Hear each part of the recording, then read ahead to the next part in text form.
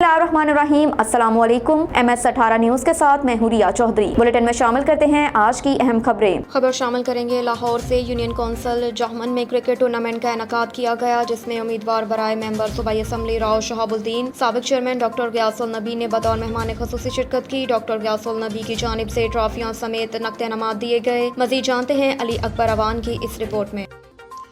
Lahore union council जामन में cricket tournament का इनेकाद किया गया, जिसमें इलाकाई 8 टीमों ने हिस्सा लिया, जबकि जामन टीम ने मैदान मार लिया और लखों की टीम दूसरे नंबर पर रही। इस मौका पर साबिक चेयरमैन डॉक्टर गयासुल नबी मियो और उम्मीदवार बराए मेंबर सूबाई असम्बली राव शहाबुद्दीन ने बतौर मेहमान खुसूसी शिरकत की, जबकि साबिक चेयरमैन डॉक्टर गयासुल नबी मियो की जानिब से जीतने वाली टीम को ट्रॉफी समेत 40,000 रुपये नकद और हरीफ टीम को 20,000 रुपये नकद इनाम दिया गया और मैन ऑफ द मैच खिलाड़ी को भी नकद इनाम देकर खूब हौसला अफजाई की। जबकि इस मौका पर मलक मुबारक, डॉक्टर शफाकत मोहम्मद तनवीर चौधरी, अशरफ दल्लोगी ने भी शिरकत की।